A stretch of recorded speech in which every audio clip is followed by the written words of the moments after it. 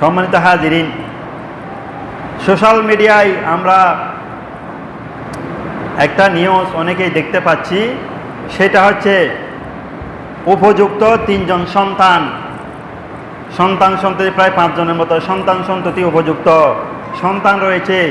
এক একজন অনেক বড় পিএইচডি ডিগ্রি, অনেকেই ডক্টরেট ডিগ্রি, ইউনিভার্সিটি এবং বিভিন্ন ভালো পজিশনের মধ্যে সন্তানরা পজিশনের মধ্যে রয়েছে। কেউ কানাডা, কেউ বা অস্ট্রেলিয়া, কেউ বা দেশের মধ্যে সোয়েট বোয়েট বড় বড় প্রতিষ্ঠানের মধ্যে চাকরি, কেউ বা শিক্ষক, এরকম বড় বড় পজিশনে থাকার পরেও অনেকের মা বাবা বৃদ্ধাশ্রমে, আবার অনেকের মা বাবা মরে পৌঁছে 7 দিন পর্যন্ত গলে পৌঁছে মরে যাচ্ছে। অনেক সন্তানের আর জানে না। জোরে বলুন নাউজুবিল্লাহ। এরকম ঘটনা আমরা সব জায়গায় দেখতে পাচ্ছি। বিশেষ করে সোশ্যাল মিডিয়া খুললেই আমরা দেখতে পাই, টিভি খুললেই দেখতে পাই। তো বলতে পারেন এগুলোর কারণ কি? ওই সন্তানগুলো, যে সন্তানগুলো আজকে প্রতিষ্ঠিত হয়েছে, বুয়েটের মতো প্রতিষ্ঠানের শিক্ষক, ডক্টরেট ডিগ্রি অর্জন করেছে, সর্বোচ্চ ডিগ্রি যে বাংলাদেশের মধ্যে এবং দেশের মধ্যে শেষ করে আবার বিদেশের মধ্যে গিয়েছে ডক্টরেট ডিগ্রি অর্জন করার জন্য। এক একজন যুগ্ম সচিব, আবার কেউ বা পরিচালক, মহাপরিচালক, সচিব, উপসচিব, যুগ্ম সচিব, সহকারী সচিব, একান্ত সচিব, তারপর উপদেষ্টা, এরকম পর্যায়ে উচ্চ পর্যায়ে চলে গিয়েছে। অথচ তাদের মা বাবারা মরে পৌঁছে গলে গেলেও তারা খবর রাখে না। এই দৃশ্য কেন আমরা দেখতে পাই? এই সন্তানগুলোকে মা বাবা আদর, স্নেহ, মায়া, মমতা, ভালোবাসা দিয়ে লালন পালন করেন নাই? ছোটোবেলায় লালন পালন করেন নাই? মা বাবা কতটুকুন পরিশ্রম করলে একটা ছেলেও যুগ্ম সচিব হয়? মা বাবা একটা ছেলের পিছনে কতটুকুন কষ্ট করলে, কতটুকুন পরিশ্রম দিলে, শ্রম দিলে, কতটুকুন দোয়া করলে ছেলের জন্য, সন্তানের জন্য, কতটুকুন লেখাপড়ার জন্য স্যাক্রিফাইস করলে একজন ছেলে বাংলাদেশের সর্বোচ্চ পর্যায়ে বিসিএস ক্যাডার হয়ে যুগ্ম সচিব, সচিব, উপসচিব, একান্ত সচিব, সহকারী সচিব এত পর্যায়ে উপরে যেতে পারে। মা বাবা কতটুকু কষ্ট করেছেন। আপনারা আমাদের তো সন্তান রয়েছে, আমরা আমাদের সন্তানের জন্য কতটুকু করতে পেরেছি? অনেকের 4-5টা সন্তান রয়েছে, অনেকের বা একটা সন্তান রয়েছে, একটা সন্তানকেও ভালো করে লেখাপড়া করতে পারে না। আপনি দেখবেন অনেকের কিন্তু 4-5টা সন্তান আছে, ওই 4-5টা সন্তানকে আবার মাস্টার ডিগ্রি পাস করেছে, এরকম পরিবারও আছে, মা বাবাও আছে। আবার অনেকের একটা সন্তান, সেই সন্তানকে ভালো করে লেখাপড়া করাই তো দূরের কথা, মানুষের মতো মানুষও বানাতে পারেন নাই, উত্তম আদর্শ শিক্ষা দিতে পারেন নাই। কী জন্য এগুলা? এটাই এর জন্য বলতে চাচ্ছি, এত উপর পর্যায়ে গিয়েছে সন্তানেরা, এত প্রতিষ্ঠিত হয়েছে, তাহলে তাদের জন্য মা বাবা কতটুকু কষ্ট করেছে। আর সেই মা বাবার সন্তানেরা মা বাবাকে খোঁজখবর রাখে না। তারা থাকেন বিলাস বহুল ফ্ল্যাটের মধ্যে, তারা থাকে আনন্দ উল্লাসের মধ্যে, তারা সুযোগ সুবিধার মধ্যে থাকে। আর মা বাবা একান্তভাবে একা একা থাকতে থাকতে যখন নিঃসঙ্গতায় ভুগে, তখন আস্তে আস্তে কি হয়ে যায়? যখন নিঃসঙ্গতা ভুগতে ভুগতে যখন চরম পর্যায়ে চলে যায়, তখন হয়তো স্ট্রোক করে মারা যায়, না হয় যে কোনো পর্যায়ে মারা গিয়ে ওই রুমের মধ্যে পড়ে পৌঁছে যায়। আর ছেলে সন্তানেরা জানে না, ও চাওয়াত দিয়ে বলো নাউজুবিল্লাহ।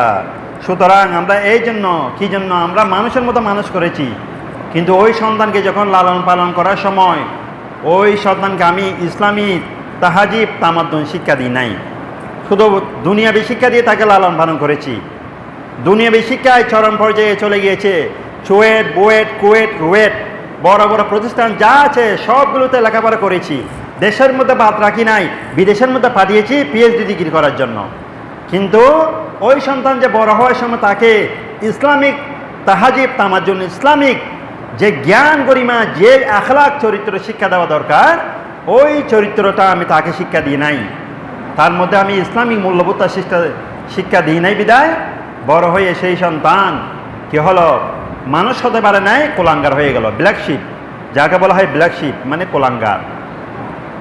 দুনিয়াবী শিক্ষা দিলে হবে না, সন্তানদেরকে কোরআন এবং হাদিসের আপনি মাদ্রাসায় একেবারে জবরদস্ত আলেম বানাতে হবে তা নয়। আপনি ওলামায়ে কেরামদের মুখে যা শুনেছেন, আল্লাহ রাসূলের হাদিস আপনার যা আছে, আমল যা জানা আছে, কোরআন হাদিস থেকে যা শুনেছেন, ওলামায়ে কেরামের মুখে যা শুনেছেন, নিজে বই, ইসলামিক বই রিসার্চ করে পড়ে যা শুনেছেন, তা যদি একটা একটা করে আপনার সন্তানকে যদি শিক্ষা দিতেন, তাহলে সেই সন্তানকে একেবারে মাদ্রাসায় কামিল মাস্টার্স পাস করাতে হবে না। আপনাকে একেবারে বড় ইসলামিক বিশ্ববিদ্যালয়ে পড়াতে হবে না। আপনি যা জেনেছেন তা যদি আপনার বাচ্চাকে ছোটবেলায় শিক্ষা দিতেন, আপনার সন্তান দুনিয়াবী শিক্ষাও কি হতেন, বড় হতেন। পাশাপাশি ইসলামী শিক্ষা যেগুলো শিক্ষা দিয়েছেন ছোটবেলায়, সেগুলোর মাধ্যমে বড় যদি হতো, তাহলে বড় হয়ে সেই সন্তান কোনোদিন বৃদ্ধা আশ্রমে দিবে না। উচ্চাওয়াজ দিয়ে বলুন আলহামদুলিল্লাহ। আবার ইসলামিক মূল্যবোধ যার মধ্যে আছে, যেই সন্তান ইসলামিক মূল্যবোধ, ইসলামিক লেবাস নিয়ে যে বড় হয়েছে, ইসলামিক শিক্ষা নিয়ে কোরআন এবং হাদিসের জ্ঞান নিয়ে যে বড় হয়েছে, সেই সন্তান কোনোদিন মা বাবাকে বৃদ্ধাশ্রমে রাখবে না। সেই সন্তান কোনোদিন মা বাবাকে একা ফেলে পিএইচডি ডিগ্রি করার যে বিদেশে যাবে না। পিএইচডি ডিগ্রি করতে গেলে মা বাবাকে সাথে নিয়ে যাবে। আমার মা এখানে একলা থাকতে পারবে না, আমার বাবা থাকতে পারবে না। আমি যেখানে আছি সেখানে আমার মা বাবা থাকবে। আমি যে ফ্ল্যাটে থাকি আমার ফ্ল্যাটে আমার মা বাবা থাকবে। আমার ফ্ল্যাটে আমি যেভাবে আমি একটা এসি রুমের মধ্যে থাকি, আমার মা বাবাও জন্য এসি। আমি এমনও পরিবার দেখেছি, দুই ভাই ফ্ল্যাটের মধ্যে থাকে, ফ্ল্যাট নিয়েছে, দুই ভাই, বাবা নাই মা আছে। মায়ের সন্তুষ্টির জন্য মা বলেন যে এই ছেলে চাই যে মাকে ওনার সাথে রাখার জন্য, ওই ছেলে চাই যে মাকে ওনার সাথে রাখার জন্য। তখন তারা সিদ্ধান্ত নিল, যেহেতু তোর রুমে তোর ঘরে থাকলে আমার ভালো লাগে না, আমার ইচ্ছা করে আমার মাকে আমার ফ্ল্যাটের মধ্যে নিয়ে আসার জন্য। সেই জন্য উভয় ভাই মিলে সিদ্ধান্ত নিল, দুইটা ফ্ল্যাট নিল উপরে নিচে, এবং উভয় ঘরের মধ্যে, উভয় বিল্ডিংয়ের মধ্যে মায়ের জন্য একটা খাস নিজের জন্য এখনো পর্যন্ত রুম ঠিক করে না, আগে মায়ের রুমটা ঠিক করে ফেললো। মানে ফ্ল্যাটের মধ্যে ওঠার জন্য নিজের ফ্ল্যাটের নিজের রুমটা এখনো এসি লাগাই নাই, মায়ের রুমে এসি লাগাই দিল। নিজের ঘরের মধ্যে দরজা লাগাই নাই, মায়ের রুমে আগে দরজা লাগাই দিল। মায়ের রুমের খাট নিয়ে আসলো, মায়ের রুমের যা দরকার সব কিছু উভয় ওই দুই ভাই মিলে আগে মায়ের রুমটা ঠিক করে বলল যে আম্মা যান, আপনার যেখানে ইচ্ছা, আপনার যদি যখন ইচ্ছা হয় আমার ভাইয়ের রুমে থাকার জন্য আপনি আমার ভাইয়ের রুমে গিয়ে থাকবেন, ওই রুমে স্পেশাল রুমের মধ্যে। আবার আপনি যখন ইচ্ছা হবে আমার রুমের মধ্যে চলে আসবেন, অথবা একদিন আমার রুমে থাকবেন আর একদিন আমার ভাইয়ের রুমে থাকবেন। এরকম মাকে নিয়ে প্রতিযোগিতা, এরকম সন্তানও দুনিয়ার মধ্যে আছে। বলছে আমার জন্য রুম ঠিক করবো না, যে ফ্ল্যাট নিয়েছি, যে ফ্ল্যাট কিনেছি, যে বিল্ডিং কিনেছি, যে বিল্ডিং বানিয়েছি, সেই মেয়ের মধ্যে আমার আব্বাজানকে আমি দেখাতে পারি নাই, আমার বাবাকে আমি দেখাতে পারি নাই ফ্ল্যাট। কিন্তু আল্লাহ পাক সুবহানাহু ওয়া তাআলা আমাকে তৌফিক দিয়েছেন, আমার এই ফ্ল্যাটের মধ্যে আগে আমার মা থাকবেন। আমার মায়ে থাকার জন্য আমি আগে বন্দোবস্ত করব, রুমটা রেডি করবো, তারপর আমার থাকার জন্য রেডি করবো। চাওয়া দিয়ে বলুন আলহামদুলিল্লাহ। হয়তো আরো অনেক মানুষ, অনেকেই শুধু মায়ের রুম নিয়ে ওই ঘর, ওই ফ্ল্যাট ডেকোরেশন করেছে মায়ের রুম সহ 32 লক্ষ টাকা দিয়ে, মা যাতে ওই রুমের মধ্যে আরামে থাকতে পারে। বয়স্ক মা হয়তো যে কোনো সময় ইন্তেকাল হতে পারে, শেষ সময় একেবারে, কিন্তু তবুও মা যাতে এই কথা বলে যে আমার ছেলেদের বিল্ডিং আছে কিন্তু ওই বিল্ডিংয়ের মধ্যে আমি থাকতে পারলাম না, সেরকম মনের মধ্যে যাতে কষ্ট না থাকে। তাহলে দুনিয়ার মধ্যে ভালো সন্তানের উদাহরণ আছে, আবার এমন সন্তানের উদাহরণ আছে যে সন্তানের মা বাবারা নিঃসঙ্গতায় ভুগে, ছেলে মেয়ের দেখা নাই, ছেলে মেয়ের খোঁজ খবর নাই, রুমের মধ্যে একলা মরে পৌঁছে, একটা পানি দেওয়ার মতো মানুষ নেই, পৌঁছে গলে গিয়ে গন্ধ যখন বের হয় তখন মানুষেরা জানতে পারে যে ওই ফ্ল্যাটের মধ্যে একজন মানুষ মারা গিয়েছে। চাওয়াল দিয়ে বলবো নাউজুবিল্লাহ। সেই জন্য আল্লাহর কাছে দোয়া করতে হবে। শুধু দুনিয়াবি সন্তান জন্ম দিয়েছেন, সন্তানকে এমনি বড় করলে হবে না, বড় হলে হবে না। সন্তানকে মানুষের মতো মানুষ করতে হলে ইসলামী তাহাজিব তামাদ্দুন শিক্ষা দিতে হবে। না হলে বৃক্ষ তোমার নাম কি বলে যে ফলে পরিচয়, ফলে পরিচয়। আপনার সন্তান মানুষের মতো মানুষ হবে তখন যখন আপনি তাকে সেভাবেই কি করবেন, যত্ন নিবার, লালন পালন করবেন, মানুষের মতো মানুষ লালন পালন করবেন। সেই জন্য পারিপার্শ্বিক বিভিন্ন আপনার ছেলে সন্তান, আপনার মেয়ে সন্তান যে বদকার হওয়ার জন্য পারিপার্শ্বিক অনেক কিছু রয়েছে। কিন্তু আপনি একজন সজাগ যদি অভিভাবক হয়ে থাকেন, আপনি যে আপনার সন্তানকে মোবাইল দিয়েছেন সেটার মধ্যে আপনার সন্তান ভালো জিনিস শেখার সুযোগ রয়েছে, খারাপ জিনিসও দেখার সুযোগ রয়েছে। আপনি আপনার সন্তানকে কম্পিউটার দিয়েছেন, সেই কম্পিউটার আপনার সন্তান ভালো জিনিস শিখবে, আবার সেখানে খারাপ জিনিস শেখার সুযোগ রয়েছে। আপনার সন্তানকে ট্যাব দিয়েছেন, সেই ট্যাব ভালো জিনিস দেখার সুযোগ রয়েছে, খারাপ জিনিসও দেখার সুযোগ রয়েছে। কিন্তু আপনি দিয়েছেন ঠিক আছে, প্রযুক্তির সাথে তাল মিলানোর জন্য দিয়েছেন, কিন্তু তাই বলে তাকে গড্ডালিকা প্রবাহের মধ্যে ছেড়ে দিলে হবে না, মোবাইল দিয়ে ছেড়ে দেওয়া হবে না। মোবাইলের মধ্যে কোথায় স্ক্রল করছে সেটা আপনাকে নজর রাখতে হবে। আপনি যদি সজাগ যদি একজন অভিভাবক হয়ে থাকেন, আপনার সন্তানকে ডিভাইস দিয়েছেন, মোবাইল দিয়েছেন, কম্পিউটার দিয়েছেন, ইলেকট্রনিক ডিভাইস দিয়েছেন, কিন্তু আপনার সন্তান কোথায় কোথায় যাচ্ছে, কোন সাইডের মধ্যে যাচ্ছে, সেগুলো আপনাকে খবর রাখতে হবে। না রাখলে একদিন, 2 দিন, 3 দিন দেখতে দেখতে দেখতে সে একজন খারাপ পর্যায়ে চলে যাবে। শুধু অভিভাবক হয়েছেন, খুঁজেছেন, মোবাইল দিয়ে দিয়েছেন, খুঁজেছেন, কম্পিউটার দিয়ে দিয়েছেন, তাহলে সেই সন্তান আস্তে আস্তে আস্তে আস্তে খারাপ জগতের মধ্যে চলে যাবে। শেষ পর্যন্ত সেই সন্তানকে আর কন্ট্রোল করতে পারবেন না। আবার ইসলামিক তাহাজিব, তামাজ্জুন শিক্ষা না দিলে শুধু দুনিয়াবী শিক্ষায় যদি লালন পালন করেন, সেই সন্তানও কোলাঙ্গার হবে। সেই জন্য আপনি যা জানেন, আপনাকে একেবারে বড় একজন ইসলামিক স্কলার, দার্শনিক হতে হবে তা নয়। আপনি তো সারা জীবন একজন মুসলমান হিসেবে উলামায়ে কেরামদের মুখ থেকে অনেক কিছু শিখিয়েছেন। আপনি শুনেছেন সন্তানদেরকে যখন 7 বছর হবে তখন তাদেরকে কী করতে হবে, আস্তে আস্তে আস্তে নামাজে তালিম দিতে হবে। আপনি কোনোদিন 7 বছর আপনার সন্তানকে নামাজে তালিম দিয়েছেন?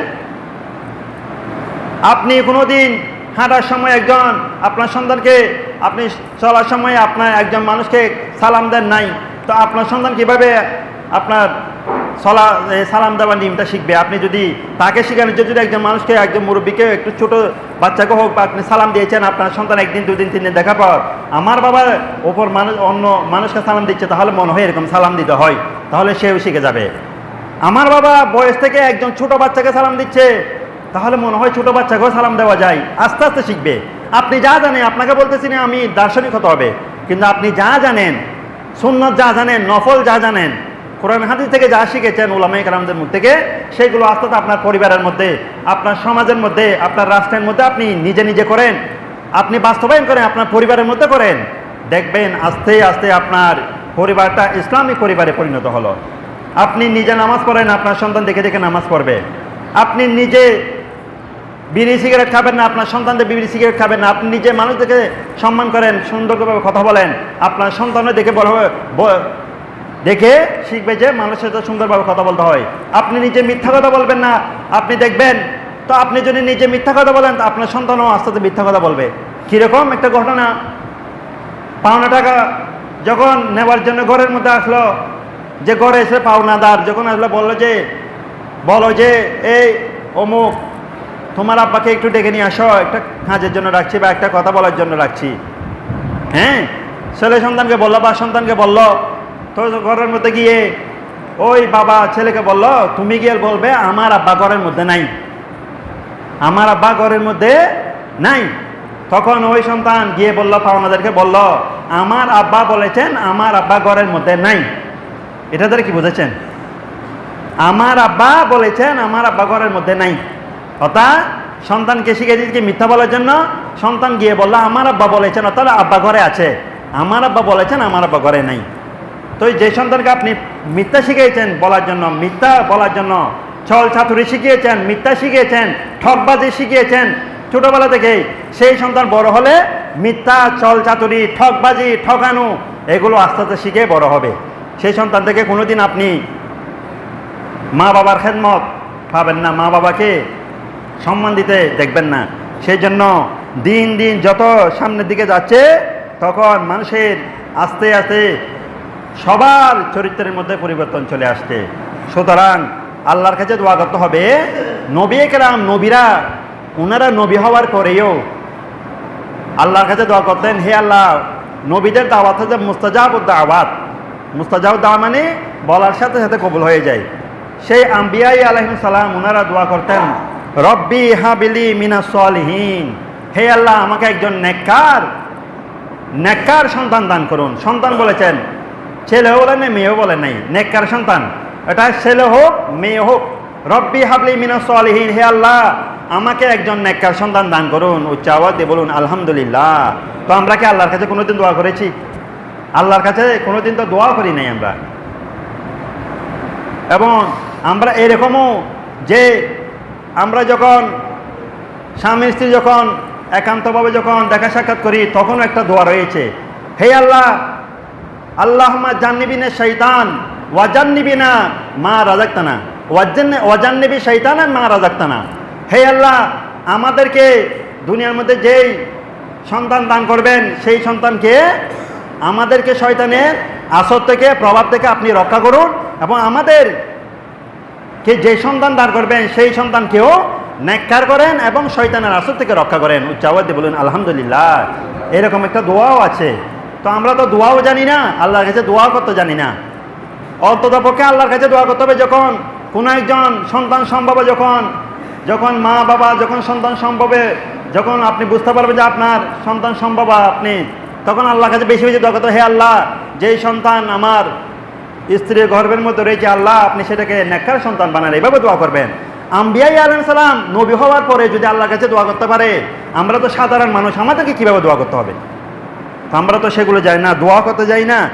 এবং আল্লাহর কাছে দোয়া করতে হবে রাব্বানা হাব লানা মিন আজওয়াজিনা ওয়া যুররিয়াতিনা কুররাতুন আয়ুনুন ওয়াজআলনা লিল মুত্তাকিনা ইমামা। এগুলো তো সব দোয়ান, এগুলো কোরআনের মধ্যে রয়েছে, সূরা আল ফুরকানের মধ্যে রয়েছে। রব্বানা, হে আল্লাহ, হাব লানা, আমাদেরকে দান করুন, মিন আজওয়াজিনা, নেককার স্ত্রী। আমরা তো নেককার সন্তান তো দূরের কথা, একজন নেককার স্ত্রীও তো কোনোদিন আল্লাহর কাছে চাই নাই। আমরা কোনোদিন আল্লাহর কাছে চেয়েছি, হে আল্লাহ, আমি যার সাথে সারা জীবন সংসার করব, সারা জীবন থাকবো, আমার জীবনটা কাটাবো, ওই স্ত্রীটা যাতে নেককার হয়, এরকম দোয়াও তো করি নাই কোনোদিন। শুধু দেখেছি কোন দিকে টাকা পয়সা কোন দিকে বেশি আছে, কোন দিকে কোরবানের সময় কোন গরুটা বড় দিতে পারবে, কোন ছাগলটা বড় দিতে পারবে, আমের সিজনে কতগুলো আম বেশি দিতে পারবে, কাঁঠালের সিজনে কতগুলো বা কাঁঠাল বেশি দিতে পারবে। আমাদের সমাজটা এরকম হয়ে গিয়েছে, কোন দিকে বেশি দিতে পারবে আমরা সেগুলো দেখেই একজন নেককার স্ত্রী দেখি না, আমরা পরহেজগার স্ত্রী দেখি।